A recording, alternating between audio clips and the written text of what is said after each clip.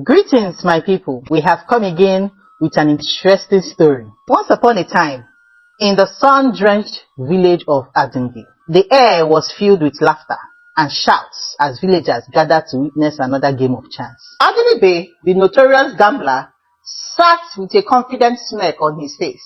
His opponent, a desperate man who had staked a fortune, sweated profusely. Odelibe's voice echoed through the village square as he declared, "I have been in this game for a long time. You cannot beat me." The crowd watched intently, their eyes glued to the unfolding drama. With a final decisive move, Odelibe won, and his laughter reverberated through the square. He demanded his winnings from his enraged opponent, who reluctantly handed over the money. The villagers erupted in cheers, celebrating Odelibe's latest victory. Odelibe's success wasn't just luck. He had honed his skills over the years, studying every nuance of the game. His confidence and charm made him a beloved figure in the village, though some viewed his gambling habit with disdain. Odelibe, however, relished in his fame and the thrill of each game, believing he was invincible. Odelibe's fame spread far and wide, attracting gamblers from neighboring villages. His success, however, was not entirely due to his skill. Over time, Odelibe had sought the help of a witch priestess who resided in the deep forest. Desperate to ensure his winning streak, he approached her for aid. The witch priestess, a mysterious and powerful woman, agreed to help Odelibe. She gave him a magical ring, enchanted to enhance his gambling skill.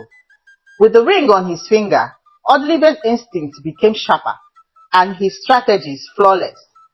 He was nearly unbeatable and his wealth grew exponentially. Adimma was the light of Odelibe's life. After her mother's death during childbirth, she became his sole source of joy and comfort. Adimma was a beautiful young woman with grace and kindness that endeared her to everyone in the village. She took great care of her father, ensuring he was well fed and happy. Despite her love for Odelibe, Adimma disapproved of his gambling skills. She often expressed his concern, fearing that his luck might one day run out. Odelibe, however, dismissed her worries, confident in his ability and the power of the magical ring. He cherished his daughter deeply and always looked out for her, but his gambling addiction blinded him to the potential consequences. One fateful day, Odelibe faced an opponent who had nothing left to stake but a monkey. Intrigued by the unusual wager, Odelibe accepted. The game drew a large crowd, curious to see the outcome of such an odd bet. As expected, Odelibe won the game, and the monkey became his prize. The villagers laughed and cheered as Odelibe took the monkey home.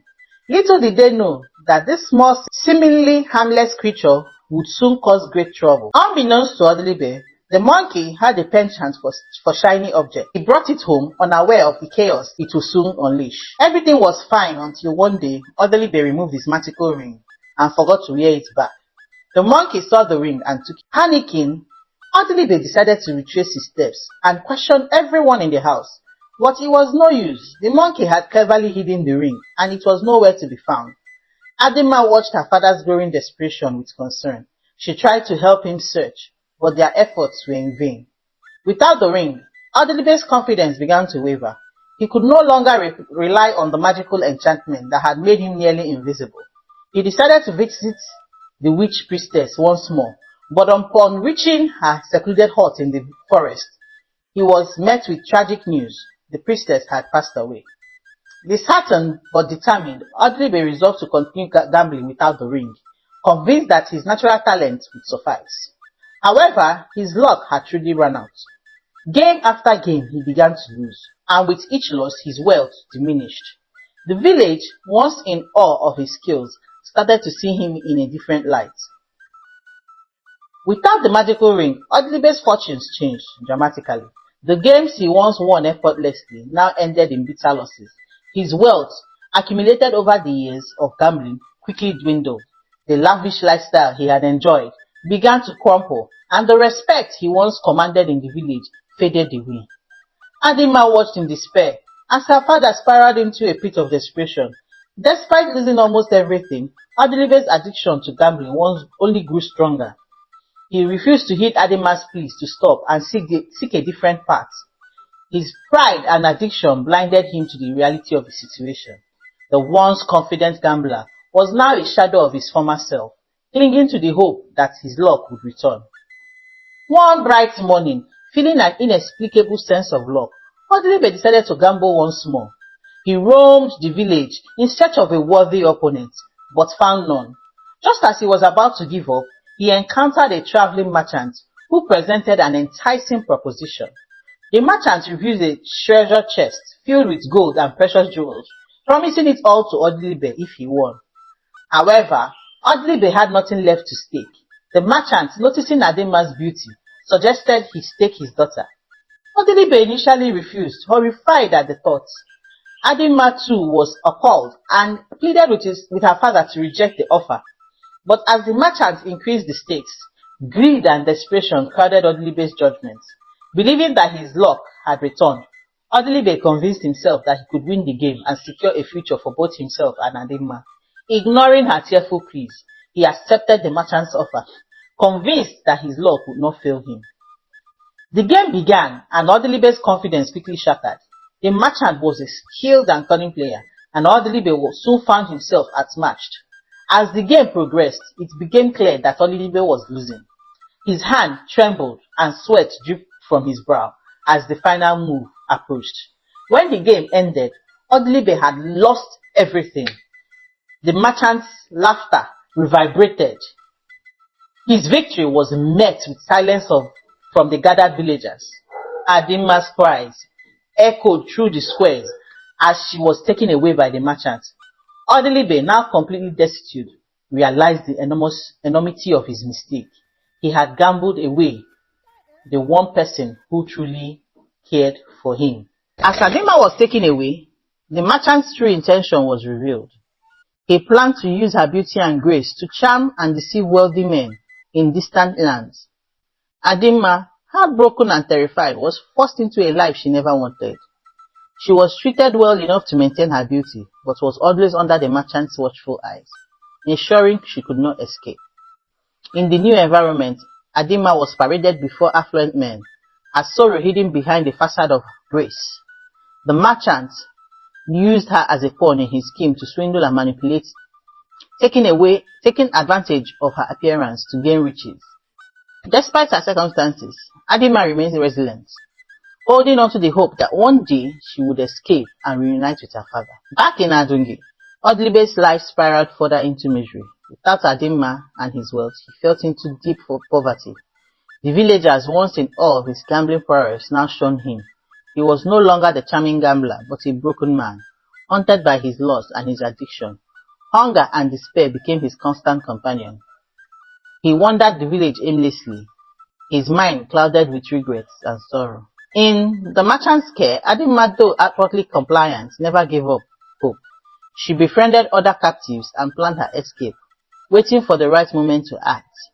One night, after months of careful planning, Adimma saw her chance. The captives, kept in a large guarded compound, had formed a close-knit group.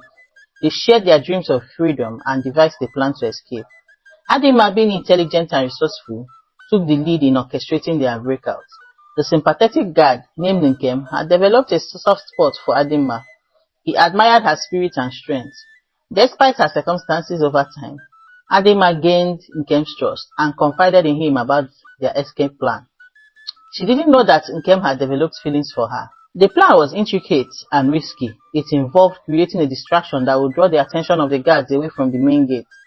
Adimma and the other captives collected materials to start a small fire in the far corner of the compound. They knew the guards would rush to extinguish it, giving them a brief window of opportunity. On the chosen night, Adimma, Nkem, and the captives prepared for the escape. Adimma gathered the group and reiterated the plan, ensuring everybody knew their role. With pounding and adrenaline running through their veins, they set the plan into motion. Nkem, stationed at the gate discreetly, unlocked it while the others lit the fire.